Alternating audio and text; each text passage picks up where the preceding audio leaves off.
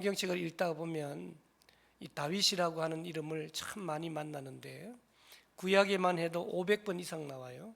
신약에도 60번 이상 인용을 하고 있는 것을 봅니다. 그런데 성경에 보면 동명이인이 많잖아요. 그런데 성경에 나오는 다윗은 그 사람이에요. 얼마나 유명한지요. 그래서 다윗은 이스라엘 나라의 왕 중에서도 왕이잖아요. 성군이라 그러잖아요. 그래서 지금도 이스라엘 국기에 별이 그려져 있는데 그 별은 누구의 별이라 그러죠? 다윗의 별이라 그렇게 말하고, 또 성경에 보면 하나님 마음에 합한 사람이라 그렇게 표현되기도 하는 겁니다. 그런데 높은 자리, 또 명성, 권력, 또 그 자리에 가기까지 얼마나 고생을 많이 했을까? 오늘도 지금 고생하는 장면의 한 부분을 우리에게 보여주고 있는 거예요.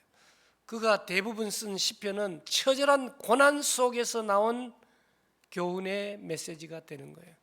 그래서 신방을 가서 시편 어느 편이든지 펼쳐들면 우리 모두에게 적용되는 그 고통, 고난을 이겨낸 시인이 바로 다윗이다, 그렇게 말씀드릴 수 있습니다. 제가 계속해서 성경을 골고루 여러분들에게 전해드리기 위하여 구약 7장씩 한 주, 2주 하고 그 다음엔 신약으로 넘어가서 7장씩 한 주씩 하는 것이 한 10여 년 이상 넘어갔어요. 그래서 편식하지 않도록 골고루 하는데, 오늘 24장 사무엘상 24장까지 오는 지난 주간의 성경을 읽어보면 19장부터 24장까지 한 100km를 도망다니는 다윗의 이야기를 기록하고 있죠. 장소로 보면 노비라고 하는 장소, 가드, 그일라, 또 십, 그리고 엔게디 광야까지. 오늘 여러분 24장을 첫 절부터 읽어보면 똥 누는 장면부터 나오는 거예요. 다윗을 잡아 죽이려고 달려왔던 사울이 배가 아팠는지 다윗이 숨어있는 굴 속에 들어가서, 성경에 보면 4절에 보니까 뒤를 본다, 그렇게 기록이 되어 있죠. 그러니까 뒤를 보는 사울, 힘을 쓰는 사울을 그 자리에서 죽일 수 있는 사람이 누구였어요? 다윗이었거든요. 그냥 평생 따라다니면서 죽이려고 수많은 신하들을 데리고 도전하여 다가오는 사울을 죽일 수 있는 기회가 있었지만은 다윗은 하나님이 기름 부은 왕이다, 그래서 그 원수 갚는 것을 하나님께 맡긴다. 그래서 성경은 그것을 선대라고 표현하고 있죠. 선하게 대했다라고 하는 것을 우리에게 가르쳐주고 있는 겁니다. 여러분, 성경 말씀에 보면 너희는 먼저 그의 나라와 그의 의를 구하라. 그러니까 선대했다는 것은 의롭게 대했다, 그 말이죠. 성경에 보면 의롭게 대한 사람들이 많이 나오는데 그 중에 요셉은 형들이 팔아버렸잖아요. 그래서 애굽의 총리가 되고 자기 나라에 가뭄이 있어가지고 양식 사러 왔죠. 원수는 어디서 만난다고요? 애굽에서 만나죠. 외나무 달에서 딱 만나는데, 그러면 형들이 쫙 왔으니까 그동안 쌓인 분노로 우리 같으면 어떡하겠어요? 일렬 행들어 서봐. 그리고는 촛대빛 까고 앞으로 치침 뒤로 치침하고, 그리고는 참지 못해서 죽여버릴 수도 있는 상황이지만, 아버지가 돌아가신 다음 형들이 벌벌 떨고 있을 때 형들에게 뭐라 그럽니까? 두려워하지 마세요. 나를 이곳으로 보낸 분은 하나님이십니다. 조카들까지 내가 책임집니다. 그렇게 표현하면서 의를 드러냈던 것을 우리가 보게 됩니다. 모세는 어때요? 이스라엘 백성들을 애굽에서, 이집트에서 출애굽시켜가지고 홍해를 육지같이 건너고, 그리고 기적처럼 광야를 거쳐가는데 시간만 나면 지도자인 모세를 욕하는 거예요. 우리가 애굽에 있었으면 고깃가마가 있는데 우리를 여기 물도 없는 곳에 불러내서 죽이느냐, 원망할 때 하나님께서 이스라엘 백성들을 치시려고 하실 때, 죽이려고 하실 때, 진노하시려고 하실 때 모세는 지도자로서 어떻게 합니까? 하나님 불쌍히 여겨주시고, 하나님이 불러내서 나온 이 생명들을 죽이지 마시고, 꼭 죽여야 된다면 대신 나를 죽여주세요. 나를 생명책에서 지워주세요. 의로운 모세의 이스라엘 백성들과 생각해보면 너무너무 의로웠죠. 다윗은 3,000명의 군사를 이끌고 자신을 죽이려고 찾아온 사울을 죽일 수 있는 절호의 찬스가 있었지만 그를 살려보냄으로써 사울이 오늘 고백하잖아요. 너는 나보다 의롭다는 고백을 들을 수 있었다라고 하는 겁니다. 여러분, 예수님 믿는 게 뭐예요? 예수님 믿고 시작하면서 회개하고 그 다음 10년이 지나고 20년이 지나고 30년이 지나면 거의 산신령같이는 안 되더라도 좀 의롭게 돼야 되잖아요. 작년보다 의롭고 젊을 때보다 의롭고 10년 전보다 더 의롭고, 그걸 신학적인 용어로 표현한다면 성화, 성결이 된다, 그렇게 표현하죠. 쳐다보기만 해도 목사인 줄 알고 그래요. 저는 어디 여행 같은 데 다니면 저보고 목사라는 사람 하나도 없어요. 같이 가신 장로님께는 목사님 그러고, 몸에서 배어나와야 되는데 그 거룩함, 그 선함, 오늘 우리가 정말 하나님 앞에서 선한 사람으로 의로워지시기를 주님의 이름으로 축복합니다. 오늘 본문을 읽어보면 사울의 회개라 그렇게 표현하기도 합니다. 근데 이 회개가 얼마나 어설픈지, 마무리가 잘 되지 않는 회개하는 것 같았는데 나중에 보면 또 똑같은 죄를 짓게 되는 사울을 발견하게 됩니다. 그래서 오늘 이 동굴에서 뒤를 보다가 옷을 베임을 당하고 다윗의 목소리를 듣고 깜짝 놀라 죽을 뻔했던 그 기억 속에서 고백하는 게 뭐예요? 오늘 10절 16절에 보니까 다윗이 사울에게 말하니까 그 말을 마침에 사울이 자기가 죽다가 살아난 것을 알고는 뭐합니까? 16절에 내 아들 다윗아 그래요. 평상시에는 뭐예요? 이 도둑놈 같은 사위야. 사위는 다 도둑놈이죠? 아니에요? 결혼식 할 때 보면 저 도둑놈이 내 딸을 데리고 가서, 그러면서 장인 장모가 우는 거 아니에요? 아닌가? 그런데 오늘 다윗을 잡아 죽이려고 하던 사울이 죽다가 살아나니까 호칭이 달라졌어요. 울면서 뭐라고 얘기합니까? 다윗을 향해서 뭐라 그래요? 내 사위야 그러지 않고 뭐래요? 내 아들 다윗아. 그리고 목소리를 크게 높여서 운다 그 말이에요. 여러분, 여자들이 남자들보다 오래 사는 이유는 잘 울기 때문에 그런 거예요. 남자들도 오래 살기 위해서는 오늘부터 가서 우시기를 바랍니다. 많이 우세요. 뭐라고 고백합니까? 나는 너를 학대했다. 여러분, 대한민국에도요, 하나님께서 그 가정에 선물로 보내준 자식들을 학대하는 가정이 얼마나 많은지 알 수 없어요.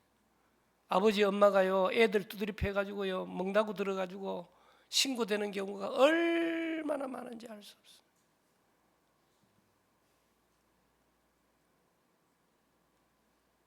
때로는 목사가 교인들을 학대할 때도 있어요. 권력자가 국민을 학대할 때도 있는 거예요.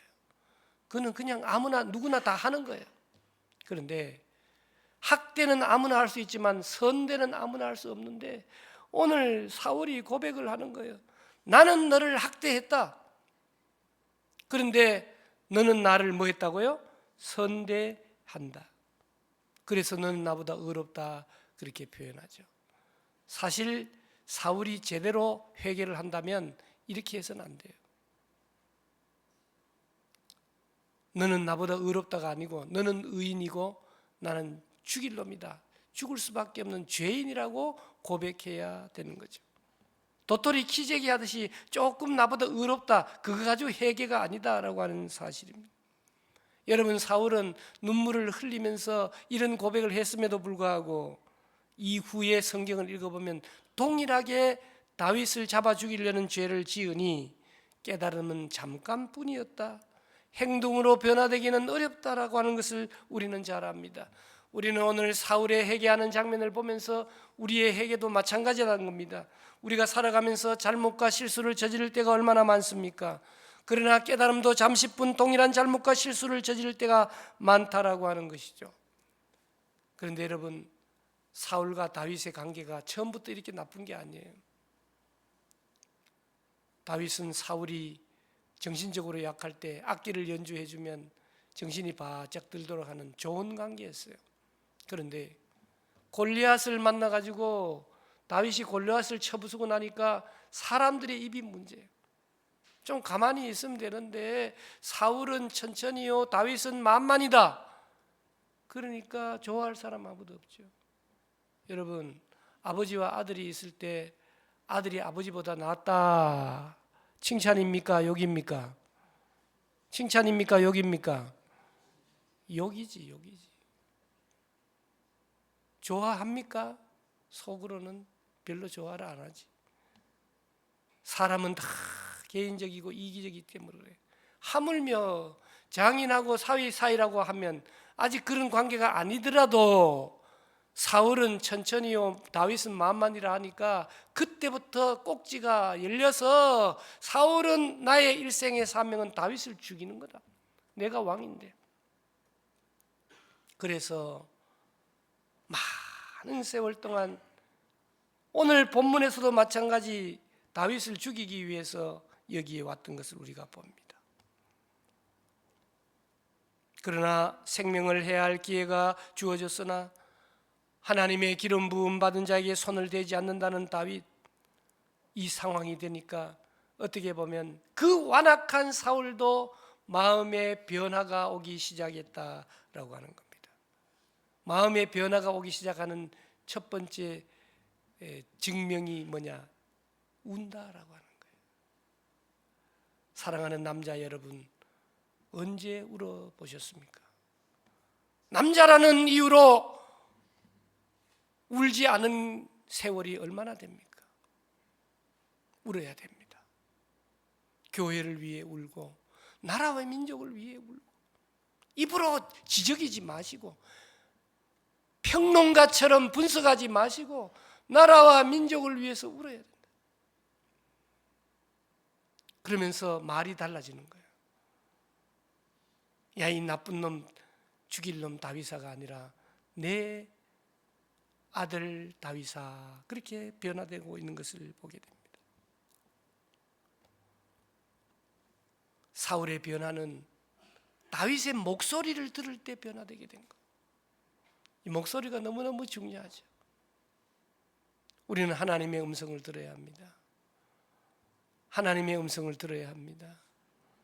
하나님의 음성을 들어야 합니다. 노안에 오셔서 성경을 읽기 힘드신 분들은 듣는 성경을 통하여 듣는 자는 살아나게 될 줄로 믿습니다. 오늘 다윗, 죽일 수밖에 없었던 다윗에게 죽을 수밖에 없었던 사울, 살려준 다윗의 목소리를 들으니까 변화되게 되었다라고 하는 겁니다. 울음을 터뜨리게 되었다는 겁니다.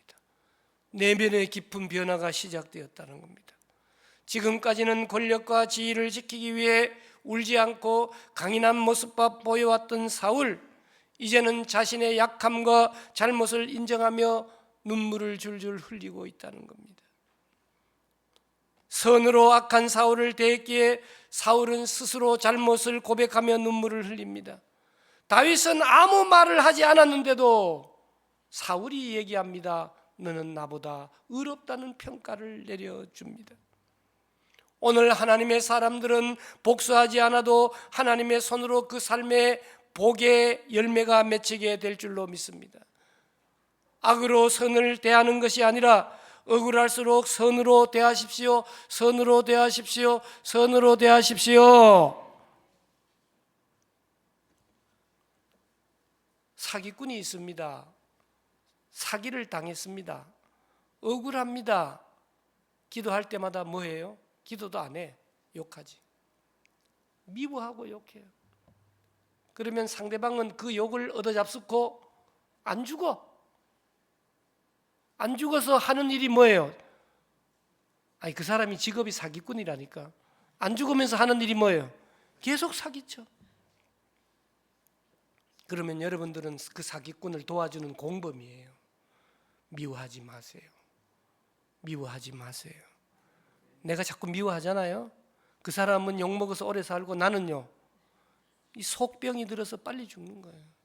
그러려면 미워하세요. 미워하지 마세요. 오늘 성경은 말합니다. 선대. 그리고 더 중요한 말은 나와 너, 내가 너 그런 단어가 많이 등장하고 있는 겁니다.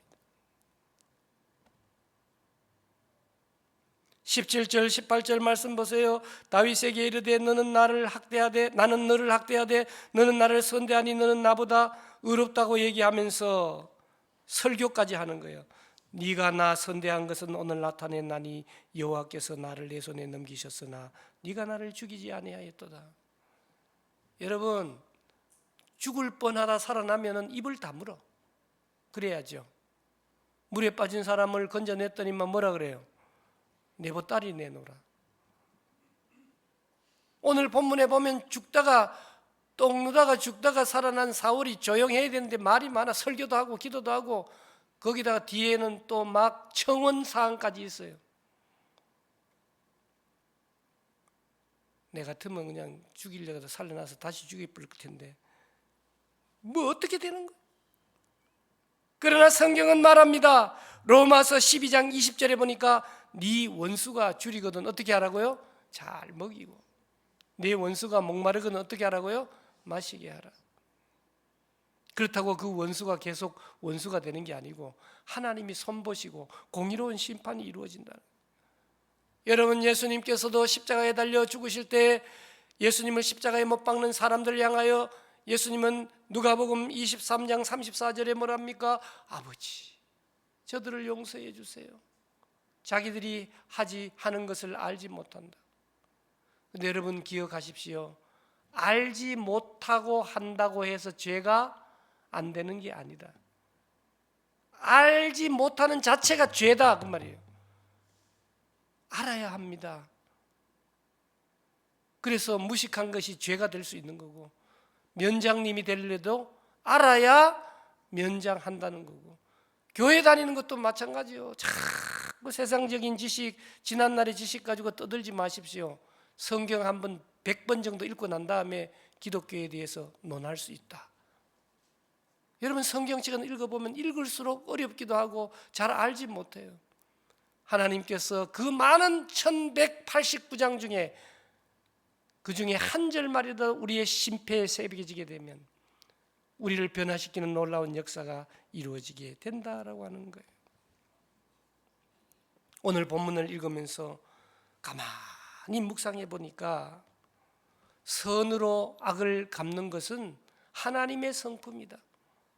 나 같은 죄인이 로마서에 보면 내가 아직 연약할 때 우리를 구원해 주셨습니다. 내가 죄인일 때 구원해 주셨습니다. 심지어는 지금 원수짓 하는데 원수를 위하여 예수님이 십자가에 달려 죽어 주셨습니다. 그러면 하나님은 어떤 분이라고요? 선으로 악을 대하시는 성품의 하나님인 겁니다. 아무리 약한 자도 선한 사람의 삶에 흔들릴 수밖에 없다. 더 나아가서 우리가 선으로 악을 갚으면 날마다 손해볼 것 같은데 하나님이 보상하시고 하나님이 인정해 주시는 줄로 믿습니다. 그러므로 로마서 12장 21절의 말씀처럼 악에게 지지 말고 선으로 악을 이겨라.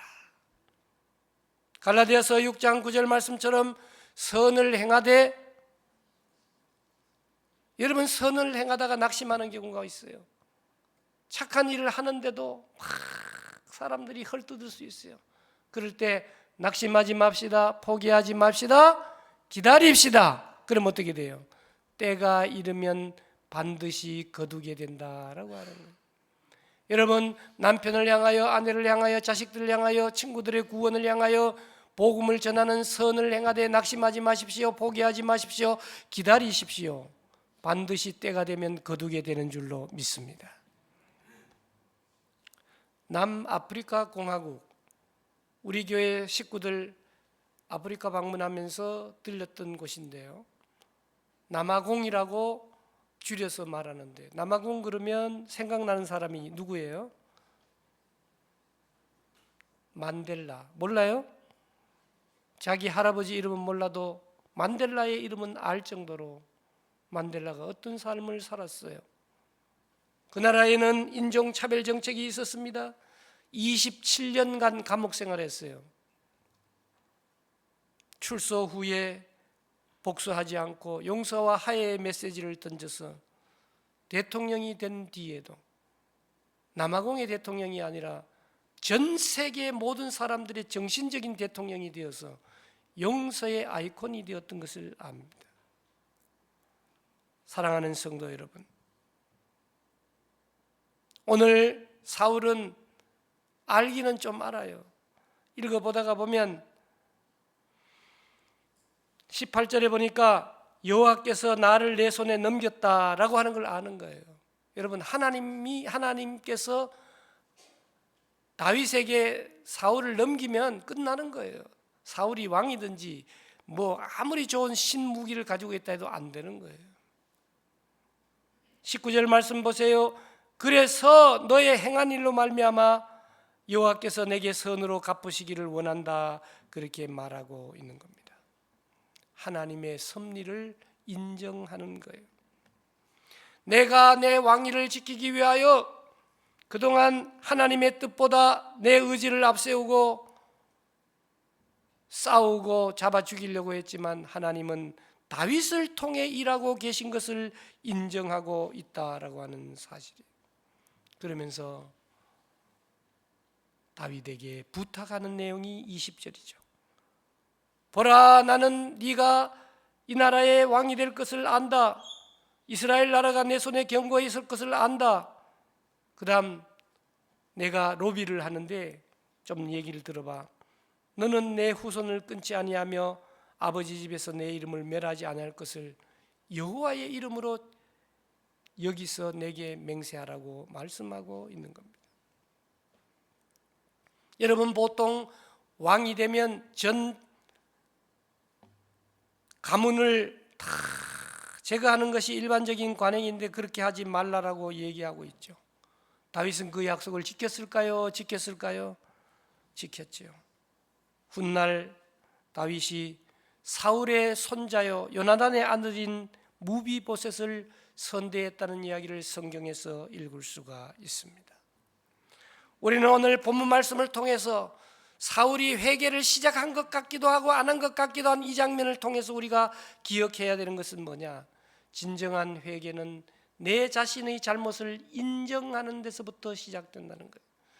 그러므로 교인이 된다는 건 뭐냐? 나는 죽을 수밖에 없는 죄인이라고 하는 걸 인정하지 못하면 절대로 신앙의 출발이 되지 않는다라고 하는 겁니다. 두 번째로, 우리의 마음은 예상치 못한 순간에 하나님의 터치로 변화될 수 있다라고 하는 사실입니다. 하필 숨어있는 다윗이 숨어있는 굴 속으로 기어 들어갈 게 뭐예요? 거기서 뒤를 보는 그 순간에 죽이지 않고 살아나는 사울의 변화. 그런데 중요한 것은 항상 회개는 완전한 관계 회복으로 이어지지 않는다라고 하는 것입니다. 다른 말로 표현하면 회개는 시작에 불과하다라고 하는 것입니다. 끝까지 변화되어야 된다라고 하는 것이죠.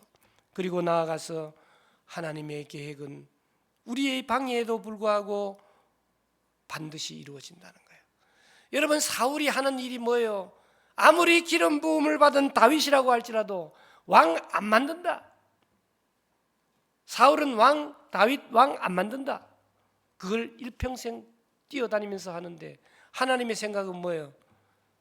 다윗을 왕 만든다.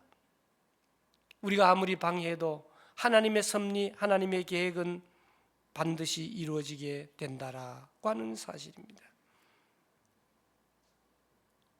오늘 다윗은 골리앗과 싸울 때처럼 마찬가지 칼이 아니라 믿음으로 싸웠고 복수가 아니라 자비로 사울을 이겼던 것입니다. 크고 대단한 결단이 아니어도 좋습니다. 내게 상처를 준 사람이 있지요?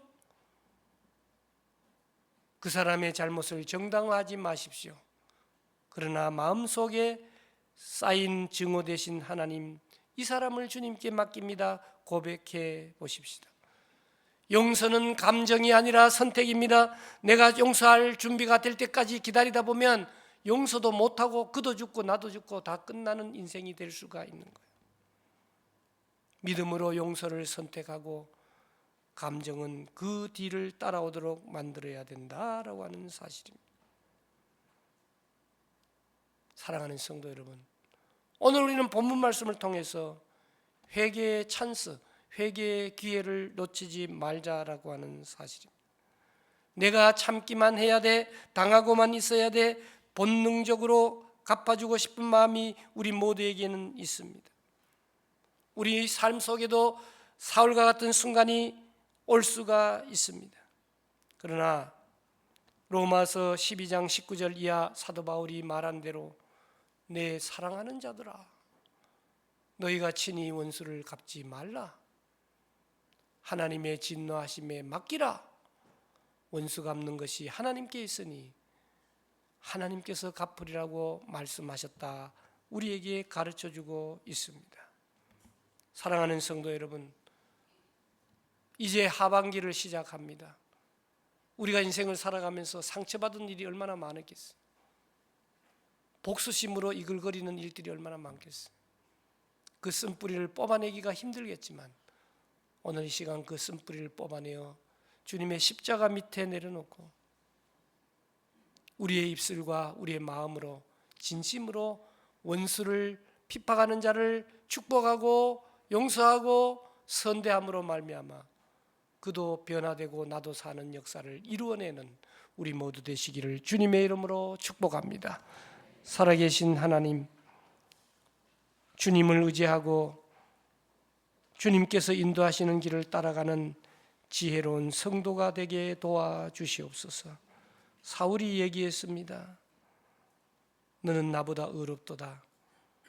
그러나 우리는 고백합니다. 나는 죽을 수밖에 없는 죄인입니다.